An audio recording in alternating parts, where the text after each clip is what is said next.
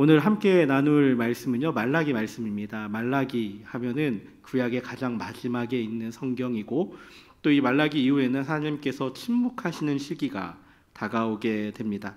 이 말라기 가운데 이 말라기는 하나님과 이스라엘 백성들의 대화, 일종의 문답의 형식이 계속 진행되는데, 그 가운데 오늘 본문은 세 번째 나오는 내용입니다. 그리고 그 내용 가운데 오늘 우리는 이 단어에 집중해 보길 원합니다. 거짓이라는 단어입니다. 하나님께서는 이 말라기 말씀을 통해서 거짓에서 돌이키라라고 말씀하십니다. 그런데 어떠한 거짓을 이야기하는지 우리는 돌아보아야 합니다. 우리가 흔히 아는 요즘 이 시대 가운데 가장 많이 듣는 뉴스들 가운데 페이크 뉴스라는 단어가 있습니다. 들어보신 적이 있으신가요? 가짜 뉴스죠, 말 그대로. 이 가짜 뉴스는요, 한경경제용어사전에서 이렇게 이야기합니다. 교묘하게 조작된 속임수 뉴스라고 합니다. 경찰은 이 가짜 뉴스를 실제 언론 보도처럼 보이도록 가공해 신뢰도를 높이는 방식으로 유포되는 정보로 정리하고 있습니다. 또 한국언론진흥재단은 정치적, 경제적 이익을 위해 의도적으로 언론 보도의 형식을 한 유포된 거짓 정보이다라고 말합니다. 근데 중요한 것은 이 페이크 뉴스가 마냥 거짓만을 100% 거짓만을 이야기하는 것이 아니라는 사실입니다. 이 뉴스에 있어서 일정 부분은 팩트에 기반합니다. 하지만 선거 등 특정 목적을 달성하기 위해서 핵심 내용을 왜곡하거나 조작하여서 사실 확인이 어렵게 하는 내용들을 이야기합니다. 말 그대로 야, 이거 많이 보던 내용인데 이게 정말 사실일까? 그런데 그게 사실이 아닌 뉴스가 있다라는 겁니다. 문제는 이 가짜 뉴스는 과거에도 있었고 오늘날에도 있었다는 사실입니다. 하지만 과거와 오늘날의 다른 점은 무엇일까요? 전파되는 속도가 다르다는 겁니다. 페이크 뉴스는 보통 SNS나 인터넷을 통해서 빠르게 전달됩니다.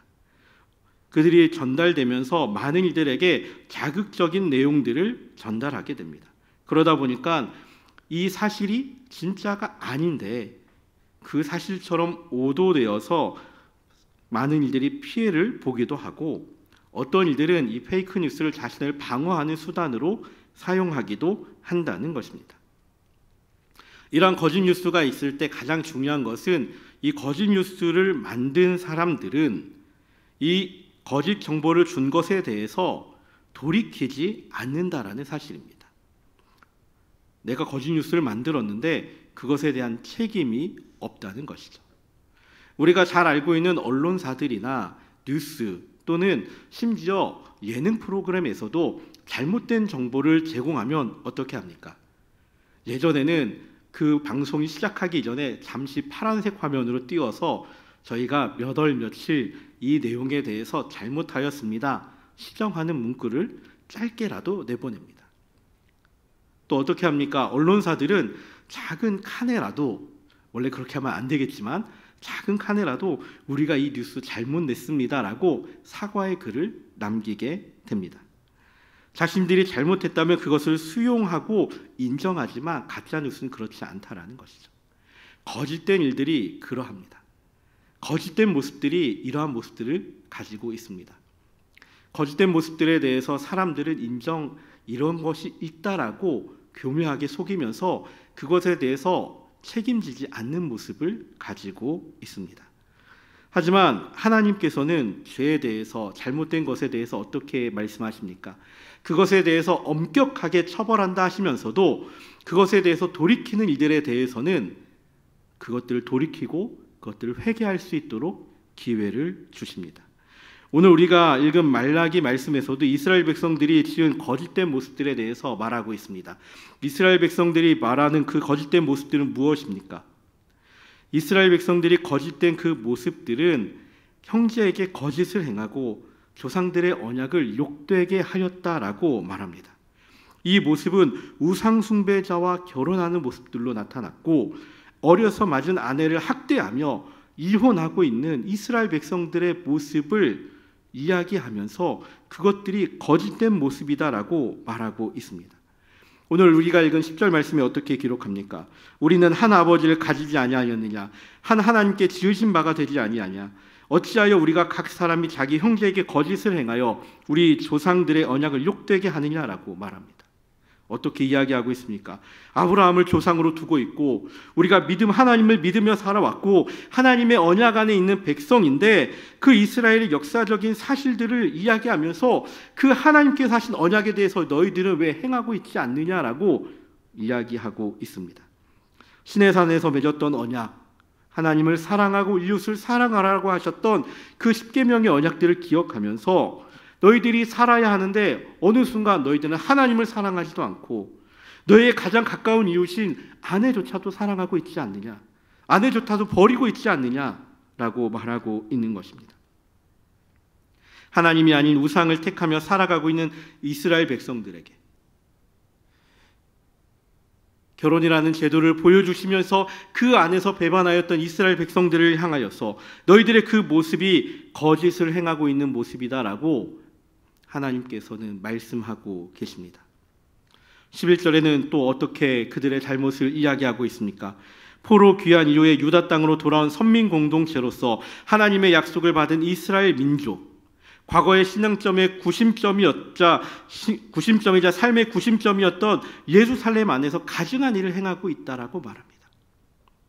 하나님 앞에 예배해야 하고 하나님 앞에 온전히 나아가야 하는 그곳에서 그들은 하나님 앞에 우상을 섬기고 그 안에서 정말로 역겨운 범죄들을 행하고 있습니다. 11절에 등장하는 이 가증한 일이라는 단어는 토에바라는 단어입니다. 이 단어를 원어상으로 보면은 너무나 역겨워서 구역질 내는 행위들을 나타내고 있습니다. 구약 성경 속에 이 단어는 어떠한 상황 가운데에서도 결코 용납할 수 없는, 하나님께서 반드시 멸하시는, 반드시 벌하시는 그 범죄 행위를 저질렀을 때 나타내는 표현입니다. 어떠한 죄들이 있습니까? 사람이 짐승과 성관계를 맺는 범죄를 행하였을 때 이 단어가 등장합니다. 동성끼리 성관계를 맺는 일이 있을 때 이 단어가 등장합니다. 근친상간의 범죄나 사람을 불태워 우상에게 바치는 행위들을 했을 때 이 단어가 등장합니다. 그런데 이 단어가 등장하는 모습들을 볼 때 이 범죄들은 이러한 행습에 젖은 이방인들의 영향을 많이 받았다라는 사실입니다. 그리고 이러한 모습이 하나님이 이들을 향하여 심판을 선포할 수밖에 없는 이유이기도 합니다. 이스라엘 백성들이 자신들이 하나님의 백성이다라고 이야기하면서 그들의 실제 모습은 하나님을 떠나 있고 하나님 앞에 범죄하는 모습으로 있었기에 하나님께서는 이스라엘 백성들에게 너희들 거짓을 행하고 있지 않느냐, 너희들의 모습은 거짓된 모습이 아니냐, 하나님 앞에 범죄한 모습으로 살아가고 있지 않느냐라고 선포하고 계십니다. 이러한 하나님을 따르지 않는 모습, 거짓 행실, 하나님을 배반한 모습은 어떠한 이유에서 등장합니까? 오늘 우리는 이 말라기 말씀 가운데 이러한 행실을 하는 이유는 하나님을 온전하게 인식하지 못하고 있는 이스라엘 백성들의 모습 가운데 있음을 보게 됩니다. 하나님 앞에 예배해야 하는데 하나님 앞에 예배하지 않는 이들, 전쟁의 포로에서 돌아와서 하나님을 경험하지 못한 이들입니다. 전쟁 포로로 끌려가지 않는 이들도 있었습니다. 이들은 하나님이 어떤 분인지 온전하게 정확하게 인식하지 못하고 있었습니다. 하나님이 행하신 일에 대해서는 듣기는 들었습니다. 하나님이 행하신 일에 대해서 어렴풋이 알기는 합니다. 그런데 그들의 행위 가운데 하나님은 우상 숭배와 더불어 하는, 우상과 더불어 있는 신내에 불과한 것으로 보여지고 있습니다. 하나님이 등장하여서 말씀하고 계시지만 이들은 자신이 무엇을 잘못했는지 깨닫지 못하고 이것이 무슨 잘못입니까? 이게 뭐 때문에 잘못된 일입니까? 라고 반박하고 있습니다. 하나님이 명령하신 언약이 무엇인지 명확하게 기억하지 못하고 있습니다. 하나님이 이끄는 삶이 아니라 어느 순간 우상들이 이야기하는, 우상을 섬겼던 이방 민족이 이야기하는 것이 사실인 양 거짓된 모습으로 살아가고 있습니다. 하나님을 예배하는 제사장이 있었습니다. 그들을 무시합니다. 선지자가 선포합니다. 그 말을 듣지 않습니다. 그것이 지금 말라기에 등장하고 있는 백성들의 현실입니다. 앞서 이야기한 페이크 뉴스처럼 이 이스라엘 백성들은 지금 거짓된 정보 가운데 거짓된 삶을 살아가고 있습니다. 우상의 모습과 하나님의 모습을 혼돈하고 있고 그 안에서 별로 다른 것 같지 않은 삶을 살아가고 있습니다. 우리는 우상이 사람들이 만들고 자신들의 염원을 담겨진 일종의 토템이라는 사실을 알고 있습니다. 우리나라에도 수많은 우상들이 있었습니다. 전 세계에 수없이 많은 우상들이 있습니다. 그런데 그 우상들을 만들어낸 것은 누구입니까? 사람입니다. 내 마음에 평안을 주기 위해서 자신의 염원을 담아서 우상들을 만들어내었습니다. 하지만 하나님은 다릅니다. 하나님은 사람이 만든 것이 아닙니다. 사람에게 나타내 주신 것입니다. 자신들의 염원을 담아낸 것이 아니라 하나님께서 분명한 목적을 가지고 우리들에게 보여주셨습니다. 하나님의 영광을 나타내는 것, 하나님을 기쁘시게 하는 삶을 사는 것, 죄인들이 다시금 하나님 앞에 돌이키게 하는 것, 관계의 회복과 하나님 앞에 온전한 삶을 살아가는 것, 그것이 하나님이 바라시는 일입니다. 그러하게 우리들은 이 말라기 말씀을 통해서 다시금 돌이키며 바라볼 수 있는 것은 우리가 거짓에서 돌이키는 것입니다. 거짓된 우상들, 거짓된 토템들, 그것에서 돌이켜서 하나님 앞에 돌아가는 것입니다. 하나님 앞에 돌아가기 위해서 가장 먼저 우리가 해야 하는 것은 무엇입니까? 하나님을 바르게 인식하는 일입니다. 하나님을 온전히 인식하기 위해서 행해야 하는 것은 하나님의 계명대로 살기 위해 돌아가는 일입니다. 이를 위해 우리가 행할 수 있는 일이 무엇이 있습니까? 우리가 무엇을 행해야 합니까? 가장 먼저 우리가 할 것은 포기하고 내려놓는 일입니다. 무엇을 포기하고 무엇을 내려놓아야 합니까? 우상을 포기해야 합니다. 내 마음 가지고 있는 잘못된 것들을 내려놓아야 합니다. 내가 가지고 있는 우상은 무엇입니까? 당시 이스라엘 백성들이 포기하지 못하고 있는 것은 지금 당장 눈에 보이는 우상 숭배였고 지금 당장 눈에 보이는 쾌락이었습니다. 하나님의 언약은 뒤로 하고 자신의 마음에 드는 대로 하는 것, 그것이었습니다. 자신들의 유익이 되는 일이었습니다. 그런데 정작 우리들도 포기하지 못하고 내려놓지 못하는 일들을 보면은 당장 내 눈앞에 보이는 유익입니다. 내 눈앞에 보이는 것들이 너무나 많습니다. 지금 당장 나에게 평안을 주는 것, 지금 당장 나에게 정말로 안식을 주는 것을 찾고 있지 않습니까? 나에게 위안 주는 것을 보고 있지 않습니까?